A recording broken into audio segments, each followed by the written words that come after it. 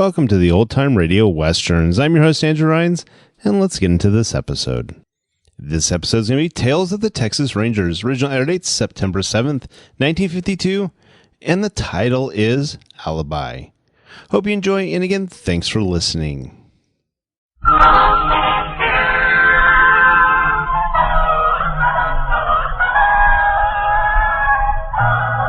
Of the Texas Rangers, starring Joel McCrea as Ranger Jayce Pearson.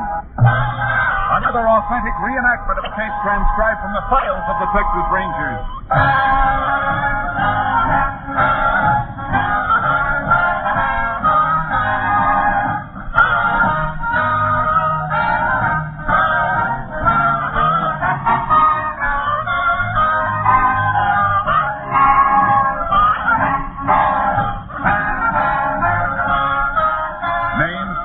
Places in the following story are fictitious for obvious reasons. The events themselves are a matter of record. There's nothing so comfortable as a nice, plump cushion. And I don't mean the sofa pillow variety. I mean a financial cushion to fall back on when times get tight, when sickness lingers, or when unemployment strikes.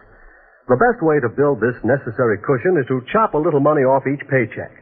Not necessarily a great sum, but a steady little sum which you can put into United States defense bonds. These bonds now earn greater interest, give you a quicker return, and may be held at interest for as long as 10 years beyond maturity. You're putting a financial cushion behind Uncle Sam's back when you buy your own with bonds.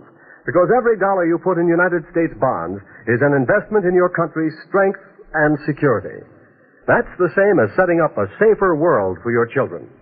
Start building your cushion now by signing up for the payroll savings plan where you work, or use the bond-a-month plan where you bank for United States defense bonds. They're now even better. Now, back to Tales of the Texas Rangers.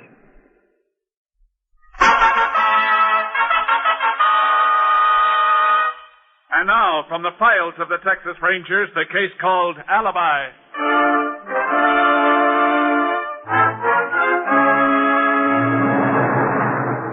It is approximately 10 a.m. on Wednesday morning, July 17th, 1948. A large truck carrying sheep is traveling at a moderate speed along Highway 28, leading into Bancroft, Texas. The driver of the truck squints his eyes against the glare of the morning sun, while his sleeping companion stirs uneasily in the blazing heat.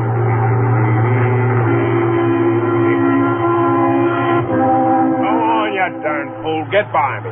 Traveling at that speed in this heat, you blow a tire for sure. Oh, what's the matter, sir? Tourists. Always in a hurry to get no place. Must have been doing 70 at least. Who's that? Oh, that car that just passed us, going like the devil. Oh, didn't see him. Now open your eyes and take a look. There they go, just over that rise up ahead. Oh, yeah. Oh, man, it sure is hot. How'd you know? You've been asleep since the sun come up. Say, you sore about losing the toys last night? I ain't sore about losing last night so much. Well, we've been trucking together for over 6 months, and I ain't warned once. Boys, get this sunrise shift while you just snooze away peaceful as anything. Shucks, I won't have any eyes left. Well, if it'll make you feel better, next place we come to, let's stop, and I'll buy you a beer, okay? I could stand something to wet my whistle. This heat is awful. How far are we from the next town? Bancroft's about 10 miles up, but we can stop the Deacons. That's his place down there on the right. Yeah, man, look at those shade trees. Oh, the sheep will go for that. Yeah, about time we was cooling these tires, too. Hate to have one blowing the road hot as it is. Yeah, I know what you mean. Deacons, I ain't never been here before. Well, here we are. Oh, I feel like I've been driving for a week. Come on. Now, you think the sheep will be all right? Sure, they'll go for that shade. Well, I guess we're the only ones around. Ain't nobody here. Deacon's probably around Summers. Let's sit down here at the counter. Yeah. Deacon! Hey, That's funny. Somebody's been here. Look at them empty bottles at the end of the counter. Maybe he's out back. Yeah, could be with his chickens. Besides the coldest beer, old Deacon's got eggs here the size of bowling balls. Must have pretty big chickens, too. Biggest in Texas. Hey, where do you suppose you went to? I'm dying of thirst. Hey, why don't we help ourselves? The beer's right over there in the refrigerator. No, I wouldn't want to do that. Deacon might not like... Deacon! Hey, Deacon, you got a couple cash customers. I ain't gonna sit here all day. I'm gonna get me a beer. I reckon the Deacon won't mind. Bring me a cold one. Yeah, right off the ice. Just wait till you... What's the matter, Jim? Chuck. Huh? Chuck, come here. What's the matter? What is it? Look through that door. In the storeroom on the floor. Huh? Good Lord, it's the Deacon. No wonder he couldn't hear us. His head's crushed to a pulp. Don't touch him, Jim. What do we do? Better call the sheriff. Come on, there's a phone out front.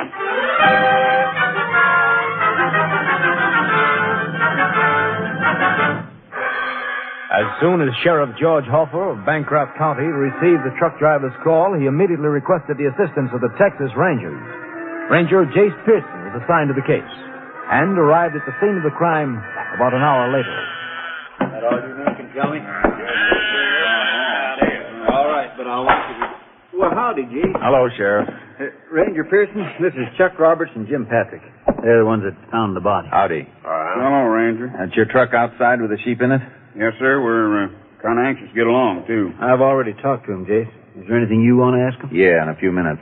Why don't you men wait over there? It won't be long. Okay. Look at the body, Sheriff. Yeah, it's out back in the storeroom. Poor fella, he sure took an awful beating. That's the door over there. Mm-hmm. Jayce, before you go out there, I want to show you something. What's that, Sheriff? Over here. Cash drawers, partly open. Yeah. Cleaned out all right. You men touch this cash register? No, Ranger, we ain't touched nothing. Just the phone when we called the sheriff. Okay. Well, there's the motive, Sheriff. Robbery.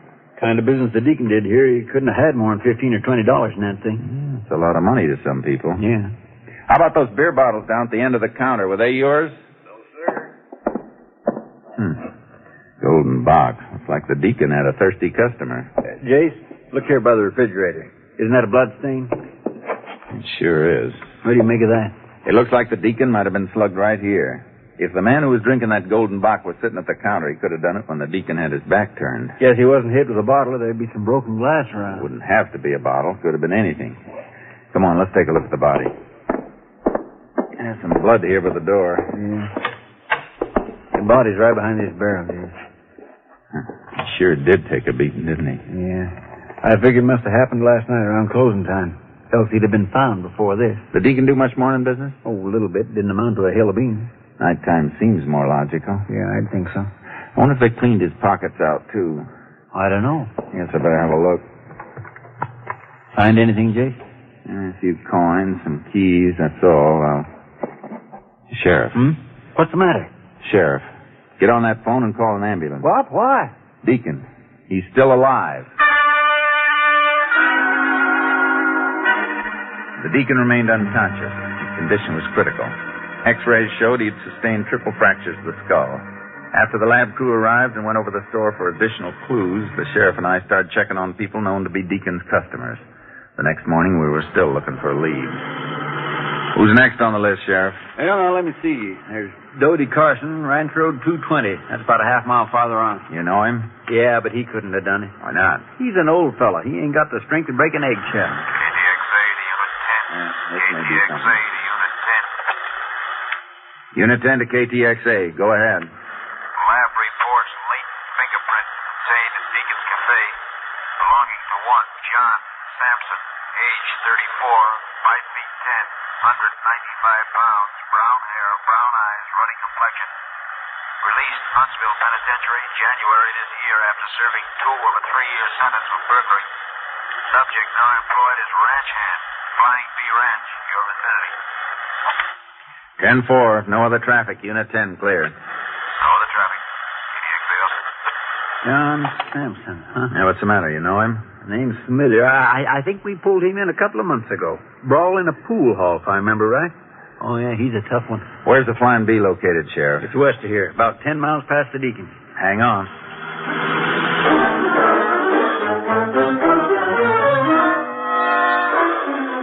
"15 minutes later, we arrived in the ranch yard of the Flying B.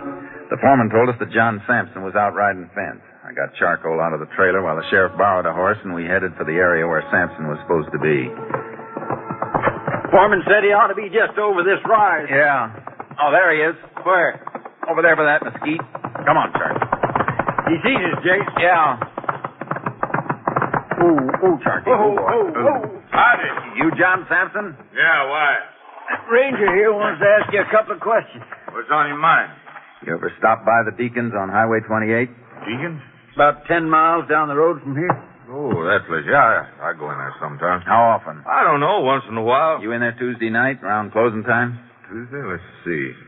That's day before yesterday. No, I wasn't in there. Where were you? I was in town. Where in town? Say, what is this? Just answer the ranger's question, Sampson. All right. Tuesday night I was at the Easy Ace there all night. Where's that? That's the beer parlor and the pool room, Jayce. I know where it is. Uh-huh.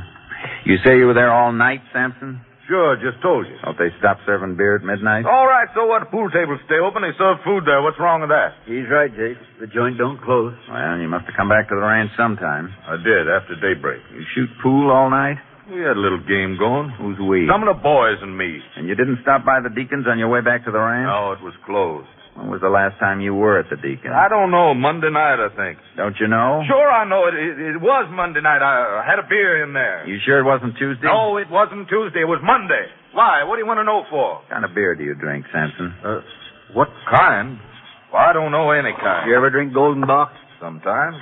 You better come along with us. I ain't going nowhere. I got to finish checking this fence. You get on your horse. I ain't done nothing. Why? Tuesday night, somebody beat up the deacon and robbed him, nearly killed him. What's that got to do with me? Plenty. We found your fingerprints all over the place.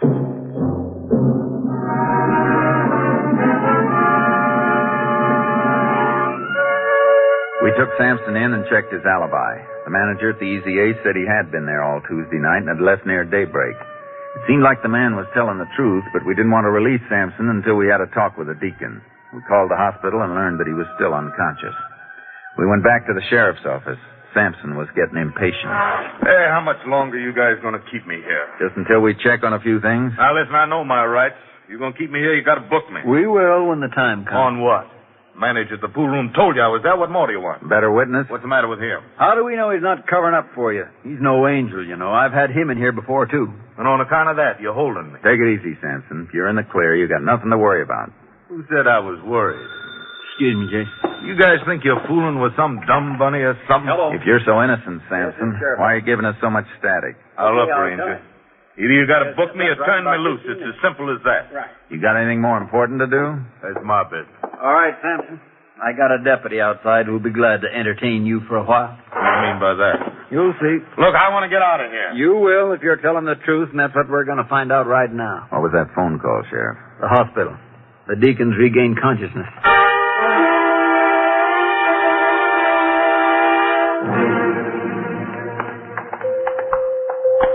This is a lucky break for us, Jayce. Yeah, if he identifies Sampson, we can wrap it up this afternoon. I sure hope so. Of course, Doc says he's still pretty weak. He might not take the question. Here's your room, 121.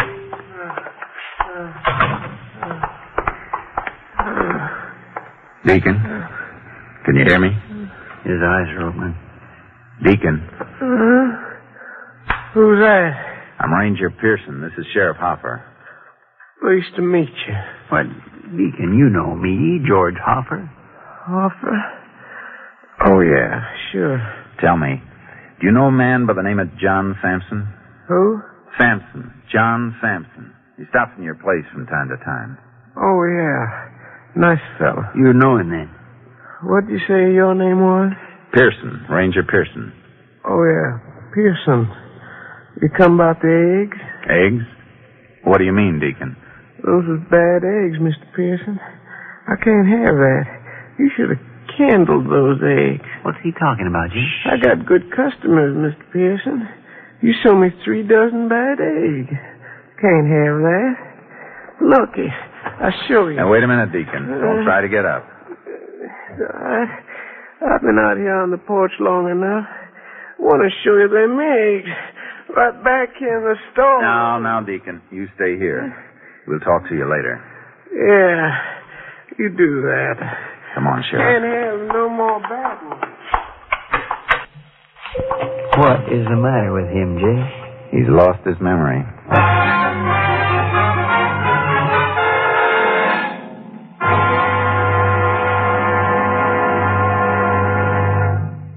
In just a moment, we will continue with Tales of the Texas Rangers, starring Joel McCrea as Ranger Jayce Pearson.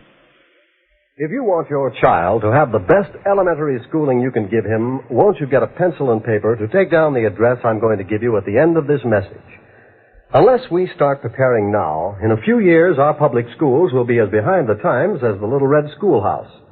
Because of the huge increase in our birth rate during and after the last war, it's estimated that by 1956 there will be some 7 million more children in elementary schools than there are now. We must start preparing at once. More equipment will be needed, textbooks, playgrounds, and above all, more elementary school teachers. To help assure your child a proper education, join and work with local groups and school boards. And for free information about how people in other communities are improving their schools, write to this address. National Citizens Commissions for the Public Schools, 2 West 45th Street, New York, 19, New York. Now back to Tales of the Texas Rangers.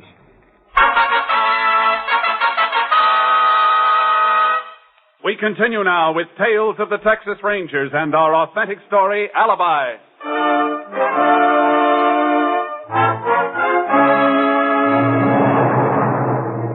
With the deacon suffering from loss of memory, we knew there was only one thing to do, release John Sampson. We went back to the sheriff's office and asked the deputy to bring him down from his cell. Well, it's about time. What's the big idea of locking me up? Oh, pipe down. All right, Joe. I'll take over things. Right. Look, what do you think you're kidding? You ain't got nothing on me. Right now we haven't. What's the matter, Ranger? Did the deacon die? Would it make you feel better? Wouldn't make any difference at all. I got an alibi, and you know it. All right, Sampson, you're free to go. But if we want you again, you better be around. Yeah, and remember this. If you did do it, we'll get you sooner or later. You're a 2-time loser and still our number 1 suspect. So what? You can't prove nothing? Go ahead. Book me. But if you do, I'll sue you for false arrest. Now, what do you know about that? Go on back to your ranch. But I'm warning you, you set one foot out of this county and we'll pick you up so fast you won't know what's happened. I ain't going no place. Don't worry. I'll be seeing you, Sheriff. Later. He's so sure of himself. Yeah, I'm too sure. I don't like it. Well, what do we do now? Wait till morning, I guess. Then I want to have another talk with the deacon. Well, Jayce, what do you expect to gain by that? I don't know. Maybe if we just keep asking him questions about anything, we might pick up an angle to go on. He might remember something. Yeah, suppose it's worth a try. Right now, it's our only hope.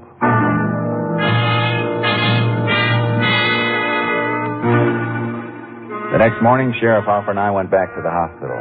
There we learned the deacon had improved to the point of taking nourishment, though he was still suffering from loss of memory. Even with the odds against us, we had to try once more.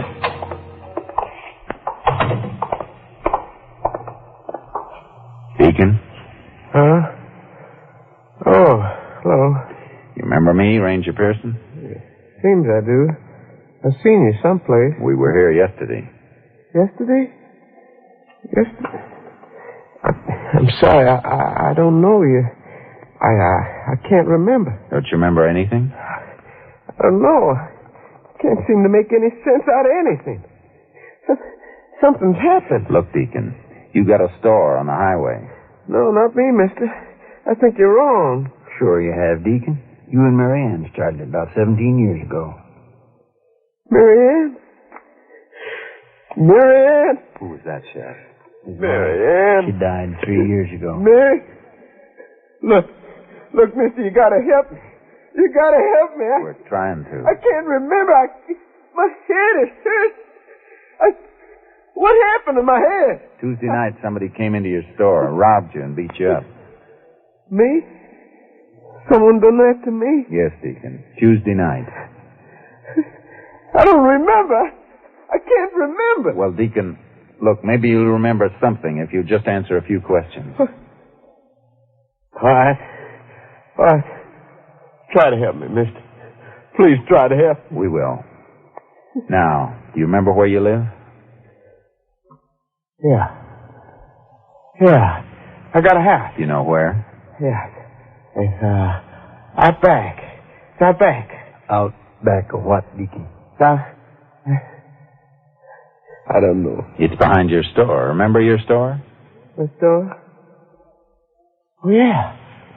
Yeah, my store. That's right. Now, Deacon, I want you to tell me everything that you do from the time you get up in the morning until you go to bed. You remember that? Yeah, I remember. Let's see. I get up, I'll fix breakfast. Oh, wait a minute. You skipped over a lot there. Yes, Deacon, not so fast. What time do you get up? Do you know? Early. Daybreak. Every day? Yeah, every day. I feed the chickens. I open the store. Wait a minute. You're getting ahead again.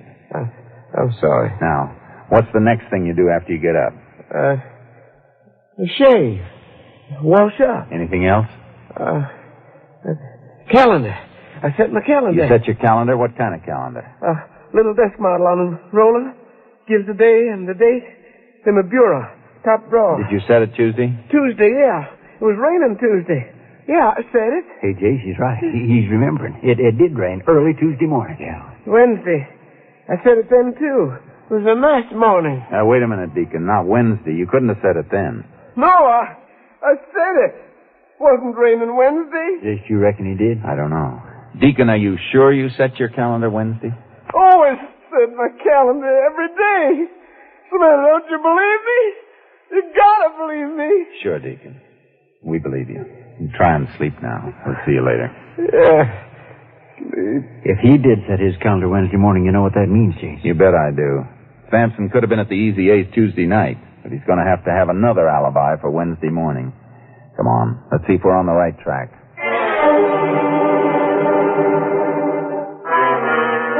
45 minutes later, the sheriff and I pulled up to the deacon's house behind the roadside store. In the top of the dresser, we found the calendar. The deacon was right. It was set for Wednesday, July 17th. From there, we went straight out to the ranch where Sampson worked. He wasn't around, and no one had seen him. On our way into town, we sent out an APB to pick him up. Then we headed for the Easy Ace pool room. Well, I don't see him anywhere, do you? No, the manager's not around either. Let's ask the waiter. Waiter? Be with you in a minute. Oh. Howdy, Sheriff. Ranger. What can I do for you? You know a fellow named Sampson who hangs out here? Sampson? I don't seem to recollect. You ought to know him. He's here a lot. Huh? Oh, you mean the one that works out the Flying V? That's him. Yeah, I see him in here time to time. Was he here last night or this morning? Oh, it's hard to say. Lots of people here last night. Was Sampson here? You fellas looking for him? Look, will you quit stalling? I was just asking. Come on, mister. If you know, you better tell us. Well, it seems to me he was here Wednesday night, I think. That's not what we asked you. Wait a minute, Sheriff. What was he doing here Wednesday night? Oh, just hanging around. He broke most of the time. Did he have any money Wednesday night? Well, he seemed to. How do you know? Did he spend much? He lost most of it. What do you mean, lost most of it? Now, don't get me wrong, Sheriff. Hey, Charlie, get that money off the table. We don't allow gambling in here, and you know it. Now, let's see. What was it you was asking, Ranger? About Sampson. He almost killed a man. You know where he is? Almost killed a man. Sampson did? That's right. Oh. So that's what you're here for. Did you expect us for something else? Look, Sheriff, don't get me wrong. Wednesday night there was a little crap game here. Sampson was in on it. I thought you'd come about that. Crap game. Here? Well, not exactly, Sheriff. I mean, it started in here. As soon as I saw it, I told him to break it up. Managers don't allow that sort of goings-on. And Sampson was in on it, huh? Well, now, that's what I was going to tell you. A few minutes after I told them to quit, they moved out back into the alley. Well, now, that ain't exactly in here, but it still don't look good. So the manager sent me out to break it up again. Then what happened? Well, this Sampson got kind of mad. That's how I figured he was losing. He didn't want to quit. Did he? Well, finally, after told him about 3 times. You know how much he lost? Oh, about $20, I reckon. He sure was mad. $20, huh? Probably every cent of it was Deacon's. Oh, I ain't saying he lost all of it, because he come in here earlier today and broke a 5. How long ago was that? About half an hour. Bought a dozen bottles of beer and left. Where'd he go? You know? The only place I know would be his girl. Where does she live? Over the dry goods store on Benner Street.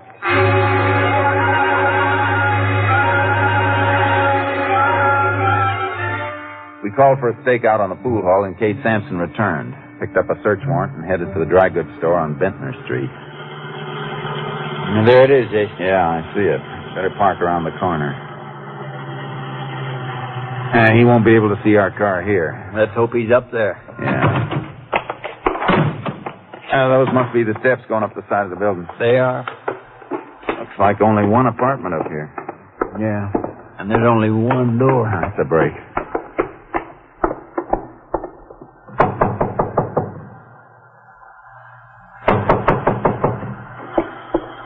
Somebody's coming. Who's there? Police officers. What do you want? Open the door, ma'am. Look, I was sleeping. Sorry to disturb you. Mind if we come in? I sure do. I told you I was sleeping. This time of day? I sleep late. Better let us in, lady. We got a search warrant. For what? We're looking for John Sampson. We ain't here. We think he is. I ain't seen him in a week. Sure, you can look. See for yourself. What's your name, ma'am? My name's Molly. You say you've been asleep? Right. What's this empty beer bottle doing here? Ain't no law against beer in this county. I drank it before I went to sleep. Why? Bottle's still cold, and it's Sampson's brand, Sheriff. Yeah. He must be up here. No, he ain't. What's back of this door? Hey, that's my bedroom. You can't go in there. Sorry, ma'am. That a closet there? Yeah, just my clothes in it, that's all. Stand back, Sheriff. I'm going to open it. Johnny, look out! Watch it, John. All right, Sampson. You almost got your girl that time. Come out of there or we'll blast you out. Throw your gun out first. Okay. There it is. Now put your hands out in front of you. Come on. That's right. Put the cuffs on him, Sheriff. Right, Jayce. She did it, didn't she? She turned me in. Oh, shut up. You got him, Ranger. Now get him out of here. Dirty two-timing. Hold it, Sampson. She's not getting off either. What did I do? There's a law in this state against harboring a criminal. Come on, you two. Let's go.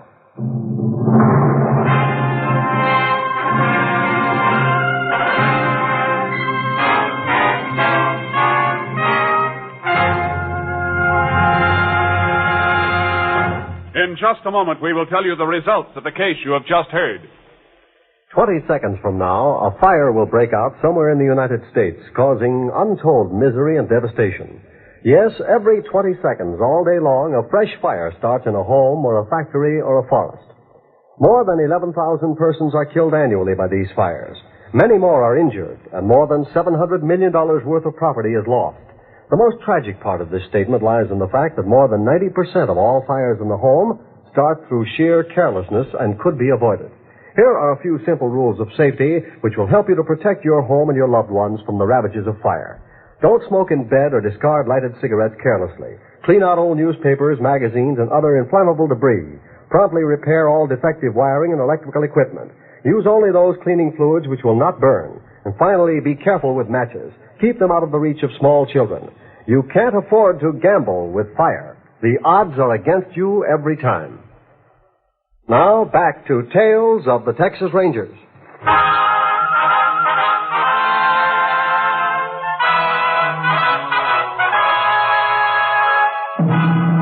And now, here are the results of the case you have just heard.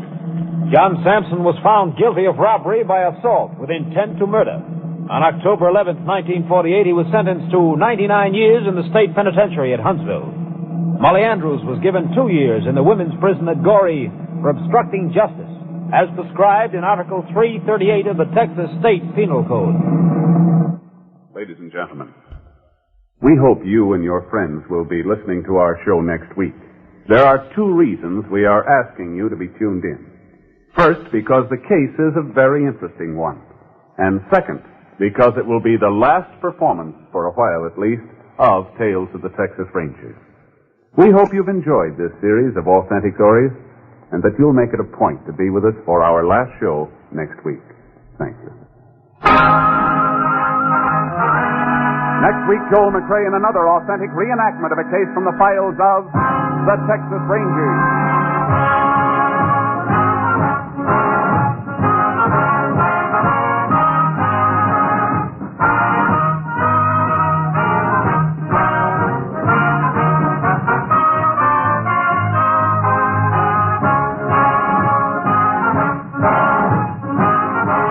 Joel McCrea is currently seen in San Francisco Story, a Warner Brothers release. The cast included Tony Barrett, Paul Frees, Herb Vigran, Parley Baer, Dan Riss, and Betty Lou Gerson. Technical advisor was Captain M.T. Lone Wolf Gonzalez of the Texas Rangers. This story was transcribed and adapted by Arthur Brown, Jr., and the program was produced and directed by Stacy Keach. This is Hal Gibney speaking. Keep tuned for the Standard Hour on NBC.